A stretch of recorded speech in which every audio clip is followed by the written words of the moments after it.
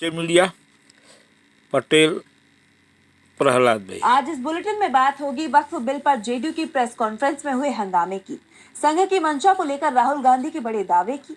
देखेंगे वक्फ बिल पर एनडीए में टूट को, अपने वादे से सीएम रेखा गुप्ता के यू टर्न को, जानेंगे महाराष्ट्र में गहराते भाषा विवाद को, और बुलेटिन के आखिर में देखेंगे जाने माने कार्टूनिस्ट इरफान की किस खबर पर पड़ी तिरछी नजर। लेकिन दिन भर की तमाम बड़ी खबरों से पहले एक नजर आज की सुर्खियों पर। एनडीए सहयोगी सुबह सपा से मुस्लिम नेता जफर नकवी ने दिया इस्तीफा, कहा ओपी राजभर मुस्लिमों के साथ नहीं, ओपी राजभर के बयानों से थे आहत। मणिपुर में शांति बहाली पर दिल्ली में हुई बैठक, केंद्र से मिले मैतई कुकी समुदाय के प्रतिनिधि, कानून व्यवस्था बनाए रखने की रणनीति पर हुई चर्चा।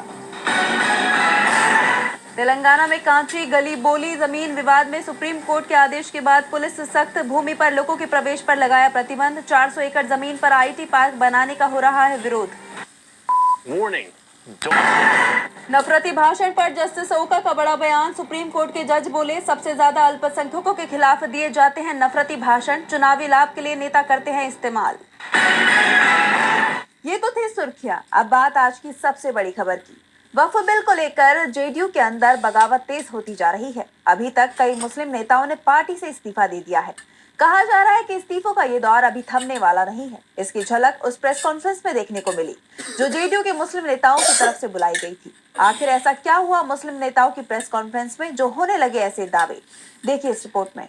वक्फ बिल के संसद से पारित होने के बाद जेडीयू डैमेज कंट्रोल में जुट गई है। पार्टी ने मुस्लिमों को साधने के लिए, उनकी नाराजगी को दूर करने के लिए अपनी पार्टी के मुस्लिम नेताओं से एक प्रेस कॉन्फ्रेंस करवाई, लेकिन पार्टी का दाव भी उस पर उल्टा पड़ गया।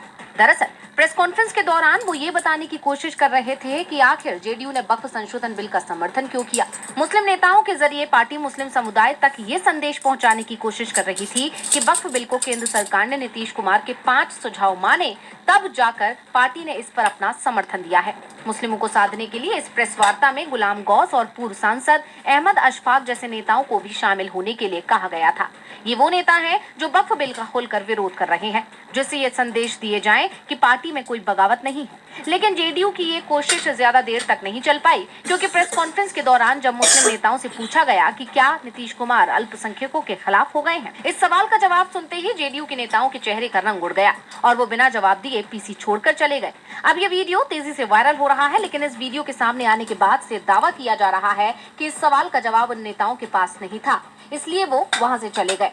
वहीं कुछ लोगों का कहना है कि मुस्लिम नेताओं को दबाव में प्रेस कॉन्फ्रेंस के लिए मनाया गया था, जबकि सूत्रों के हवाले से कहा जा रहा है कि वो इस प्रेस कॉन्फ्रेंस के लिए राजी नहीं थे, इसलिए जब उनसे सच पूछा गया तो वो बिना कुछ बोले वहां से चले गए। अब नेताओं के इस तरह पीसी छोड़कर जाने से चर्चाओं का बाजार गर्मा गया है और पार्टी के अंदर चल रहे असंतोष को उजागर कर दिया है।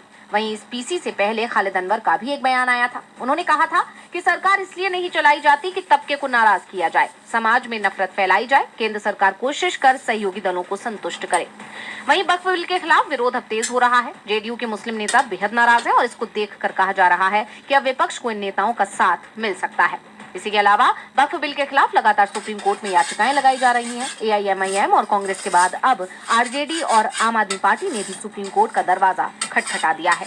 वक्फ संशोधन बिल को लेकर विपक्ष ने पहले ही आगाह किया था कि वक्फ बिल पारित हो गया तो फिर चर्च, मंदिर, गुरुद्वारे सबकी जमीनें हड़पने की कोशिश बीजेपी करेगी। अब संघ ने जिस तरह से देश में चर्च की जमीनों पर लेख प्रकाशित किया है, उससे विपक्ष का दावा और डर दोनों सही दिख रहे हैं। तो क्या है पूरा मामला, देखिए इस रिपोर्ट में। राष्ट्रीय स्वयंसेवक संघ के मुखपत्र ऑर्गेनाइजर के एक लेख में कहा गया है कि वक्फ बोर्ड नहीं बल्कि भारतीय कैथोलिक चर्च देश में सबसे बड़ा भूस्वामी है। 3 अप्रैल को प्रकाशित लेख, भारत में किसके पास ज्यादा जमीन है, कैथोलिक चर्च बनाम वक्फ बोर्ड बहस में कहा गया कि कई सालों से ये आम धारणा रही है कि वक्फ बोर्ड भारत में सरकार के बाद दूसरा सबसे बड़ा जमीन मालिक है। हालांकि ये दावा देश में जमीन के स्वामित्व के वास्तविक आंकड़ों से मेल नहीं खाता है। भारत का कैथोलिक चर्च सबसे बड़ा गैर सरकारी जमीन मालिक होने का गौरव रखता है, जिसके पास देश भर में फैले विशाल भूभाग है। लेख में यह भी कहा गया कि कैथोलिक चर्च के पास पूरे देश में लगभग 17.29 करोड़ एकड़ यानी 7 करोड़ हेक्टेयर भूमि है। इन संपत्तियों का कुल अनुमानित मूल्य लगभग 20,000 करोड़ रुपए है, जो चर्च को भारत के रियल एस्टेट परिदृश्य में एक महत्वपूर्ण खिलाड़ी बनाता है। लेख में बताया गया है कि चर्च जिन जमीनों पर अस्पताल और शिक्षण संस्थाएं आदि चलाता है, इसकी अधिकांश भूमि ब्रिटिश शासन के दौरान अधिग्रहित की गई थी। 1927 में ब्रिटिश प्रशासन ने भारतीय चर्च अधिनियम पारित किया, जिससे चर्च को बड़े पैमाने पर भूमि अनुदान की सुविधा मिली। वहीं ऑर्गेनाइजर के लेख में यह भी आरोप लगाया गया कि चर्च द्वारा संचालित स्कूल और अस्पताल आर्थिक रूप से वंचित व्यक्तियों को मुफ्त या कम लागत वाली सेवाएं प्रदान करके लुभाते हैं और बदले में उन पर ईसाई धर्म अपनाने का दबाव डालते हैं। कई मामले सामने आए हैं जहां आदिवासी भूमि जो कभी स्वदेशी समुदायों की थी, धीरे धीरे विभिन्न बहानों के तहत चर्च अधिकारियों को हस्तांतरित कर दी गई। वक्फ बिल के खिलाफ विपक्ष एकजुट है तो एनडीए बिखरता दिखाई दे रहा है। चिराग पासवान के चाचा और पूर्व केंद्रीय मंत्री पशुपति पारस ने वक्फ संशोधन विधेयक 2025 का कड़ा विरोध किया है। उन्होंने इसे देश के लोगों के साथ अन्याय करार देते हुए कहा कि इसका समर्थन करने वाली पार्टियां टूट जाएंगी। पारस का ये बयान एनडीए गठबंधन में दरार की तरफ इशारा कर रहा है। देखिए रिपोर्ट। बिहार की सियासत में एक बार फिर हलचल मच गई है। राष्ट्रीय लोक जनशक्ति पार्टी के नेता पशुपति कुमार पारस ने वक्फ संशोधन विधेयक का खुलकर विरोध किया है। अपने बयान में पारस ने कहा कि ये विधेयक संसद से पारित होना देश की जनता के साथ अन्याय है। उन्होंने चेतावनी दी कि जो भी पार्टी इस बिल का समर्थन करेगी उसमें फूट पड़ना तय है। पारस का यह बयान उस वक्त आया है जब हाल ही में लोकसभा और राज्यसभा में लंबी बहस के बाद ये विधेयक पारित हुआ। पारस ने एनडीए गठबंधन पर भी निशाना साधते हुए कहा कि अल्पसंख्यक समुदाय के हितों की रक्षा करने वाले सहयोगी अब इस गठबंधन में नहीं टिकेंगे। उनका यह बयान चिराग पासवान की लोक जनशक्ति पार्टी रामविलास के लिए भी चुनौती पेश करता है, जिसने इस विधेयक का समर्थन किया था। पारस ने विधेयक को मौलिक अधिकारों का हनन बताते हुए कहा कि इससे मुस्लिम समुदाय की धार्मिक स्वायत्तता पर चोट पहुंचेगी। ये विवाद तब और गहरा गया जब पारस ने अप्रत्यक्ष रूप से अपने भतीजे चिराग पासवान पर भी तंज कसा, जो केंद्रीय मंत्री हैं और एनडीए के मजबूत सहयोगी भी माने जाते हैं। बिहार में आगामी विधानसभा चुनाव से पहले यह घटनाक्रम एनडीए के लिए मुश्किलें खड़ी कर सकता है। जानकारों का मानना है कि पारस का यह रुख परिवार और गठबंधन दोनों में नई दरार पैदा कर सकता है। एनडीए के सहयोगी पशुपति पारस वक्फ बिल के खिलाफ सख्त रुख अपनाते नजर आ रहे हैं, तो दिल्ली की बीजेपी सरकार के फैसले का भी कड़ा विरोध हो रहा है। दिल्ली की सत्ता में आते ही सीएम रेखा गुप्ता लगातार कई बड़े फैसले ले रही हैं और अब उन्होंने एक बड़ा कदम उठाया है। रेखा गुप्ता सरकार ने पूर्व सीएम अरविंद केजरीवाल की फ्री योजना पर रोक लगा दी है, जिससे दिल्ली की जनता नाराज बताई जा रही है। सीएम के इस कदम का काफी विरोध देखा जा रहा है। तो क्या है पूरा मामला, जानने के लिए देखिए रिपोर्ट। दिल्ली में बीजेपी की सरकार ने बड़ा कदम उठाया है। रेखा गुप्ता सरकार ने आम आदमी पार्टी सरकार के जरिए दी गई एक फ्री योजना को खत्म कर दिया है। बीजेपी सरकार ने ऑटो और टैक्सी चालकों के लिए एक खास बदलाव किया है। दिल्ली सरकार ने 2019 से लागू निःशुल्क फिटनेस जांच सुविधा को खत्म कर दिया है। दरअसल 2020 के दिल्ली विधानसभा चुनाव में जब आम आदमी पार्टी जीती थी, तब से ऑटो टैक्सी चालकों से उनके वाहनों की फिटनेस जांच का कोई शुल्क नहीं लिया जा रहा था। लेकिन अब बीजेपी सरकार के परिवहन विभाग ने इस सुविधा को खत्म कर दिया है और टैक्सी की फिटनेस जांच के लिए 300 रुपए का चार्ज निर्धारित किया है। और अब बीजेपी के इस कदम का विरोध देखा जा रहा है। दिल्ली ऑटो टैक्सी यूनियन से जुड़े कई लोगों ने फिटनेस जांच की निःशुल्क सुविधा खत्म करने का विरोध किया है। चुनाव के वक्त से ही लगातार सवाल उठ रहे थे कि क्या पिछली आम आदमी पार्टी की सरकार के जरिए चलाई गई किसी फ्री यानी कि मुफ्त सुविधा की योजना को बंद कर दिया जाएगा। हालांकि सीएम रेखा गुप्ता ने ये साफ कर दिया था कि योजनाओं को बंद नहीं किया जाएगा। दिल्ली में जो फ्री वाली योजनाएं चल रही हैं वो जारी रहेंगी। लेकिन अब रेखा गुप्ता सरकार ने इस दिशा में बड़ा कदम उठाया है, जिससे साफ नजर आ रहा है कि सरकार अपनी ही जुबान से पलट रही है। दिल्ली में बीजेपी सरकार का विरोध देखने को मिल रहा है तो महाराष्ट्र में भाषा विवाद लगातार बढ़ता ही जा रहा है। हाल ही में मनसे कार्यकर्ताओं ने एक बैंक कर्मचारी के साथ मारपीट की थी, जिसको लेकर राज्य की सियासत काफी गर्मा गई। इस बीच महाराष्ट्र में बैंक कर्मियों ने मुख्यमंत्री देवेंद्र फडणवीस को चिट्ठी लिखी है। उन्होंने सीएम फडणवीस से बड़ी मांग की है। तो क्या मांग की है बैंक कर्मियों ने, जानने के लिए देखिए रिपोर्ट। देश में अब तक तमिल और हिंदी भाषा को लेकर विवाद देखने को मिल रहा था और अब महाराष्ट्र में भी मराठी भाषा को लेकर विवाद गहराता जा रहा है। इस बीच महाराष्ट्र में बैंक कर्मियों ने मुख्यमंत्री देवेंद्र फडणवीस को चिट्ठी लिखी है और उन्हें सुरक्षा मुहैया कराने की अपील की है। राज्य भर के बैंकों में कर्मचारियों पर हमले की कई घटनाओं के बाद बैंक यूनियन ने सीएम को चिट्ठी लिखी है। United forum of bank unions ने चिट्ठी में लिखा कि राज ठाकरे की पार्टी महाराष्ट्र नव निर्माण सेना यानी एमएनएस के कार्यकर्ता बैंकों में आकर कर्मचारियों को धमका रहे हैं। कार्यकर्ता बैंक में सभी डिस्प्ले बोर्ड मराठी में लगवाने और कर्मचारियों से सिर्फ मराठी बोलने के लिए दबाव बनाते हैं। चिट्ठी में उन पर हुए हमलों का भी जिक्र किया गया है। यूनियन ने लिखा कि अधिकतर बैंकों में 3 आधिकारिक भाषाओं में डिस्प्ले बोर्ड है, जिनमें मराठी शामिल है।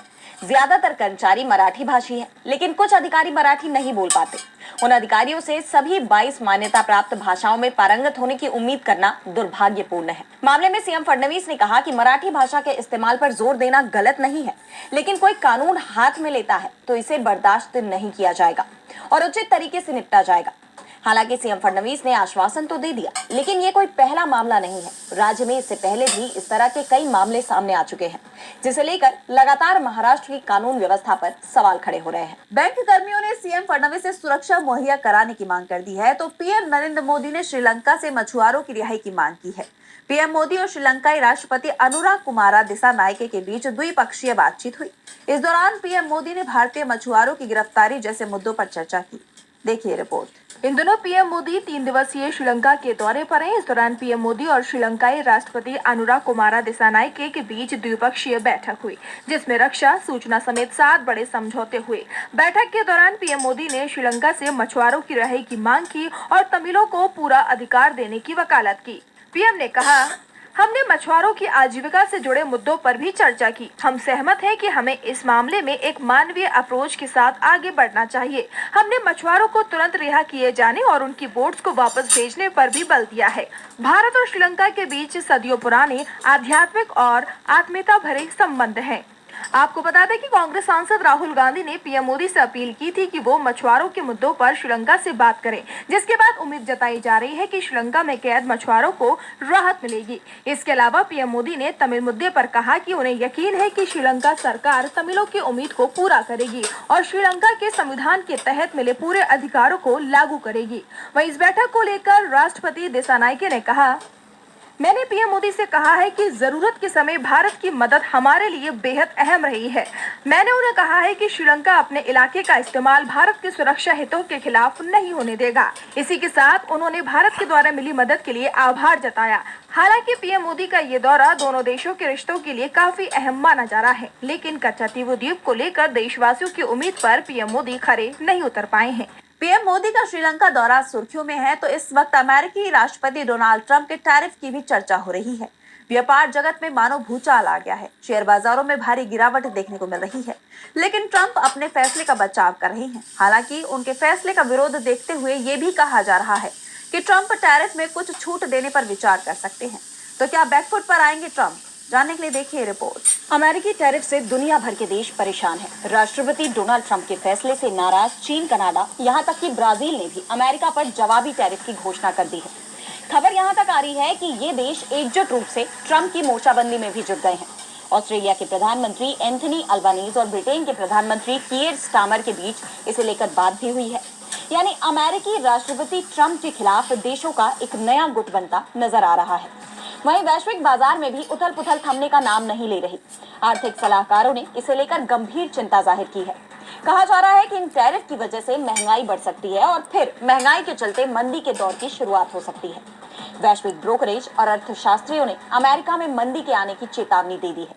इसके अलावा पूरी दुनिया में ट्रेड वॉर का खतरा भी मंडराने लगा है, क्योंकि कई देश अमेरिकी टैरिफ का मुंहतोड़ जवाब दे रहे हैं। जितना टैरिफ सामने से लग रहा है, उतना ही टैरिफ दूसरी तरफ से भी लग रहा है और इसी वजह से कई देशों के शेयर बाजार बेचैन हैं। लेकिन ट्रंप ने इसे पूरी तरह से नजरअंदाज कर दिया है। जब दुनिया भर के बाजारों में हाहाकार मचा हुआ है, तब ट्रंप अपने गोल्फ कोर्स में समय बिताते नजर आए। उन्होंने सोशल मीडिया पर लिखा कि ये अमीर बनने का बहुत अच्छा समय है। ट्रंप का कहना है कि उनके फैसलों से बड़े बिजनेस को कोई फर्क नहीं पड़ेगा, केवल वही डूबेंगे जो कमजोर है। हालांकि ट्रंप अपने फैसले पर अडिग दिख रहे हैं, लेकिन चर्चा ये भी चल रही है कि कुछ देशों को टैरिफ में छूट भी मिल सकती है। इनमें भारत, इजराइल और वियतनाम का नाम शामिल है। हालांकि इस पर कोई आधिकारिक जानकारी अब तक सामने नहीं आई है, लेकिन ट्रंप के फैसले से पूरी दुनिया में तनाव फैल गया है। और बुलेटिन के आखिर में देखेंगे जाने माने कार्टूनिस्ट इरफान की किस खबर पर पड़ी तिरछी नजर।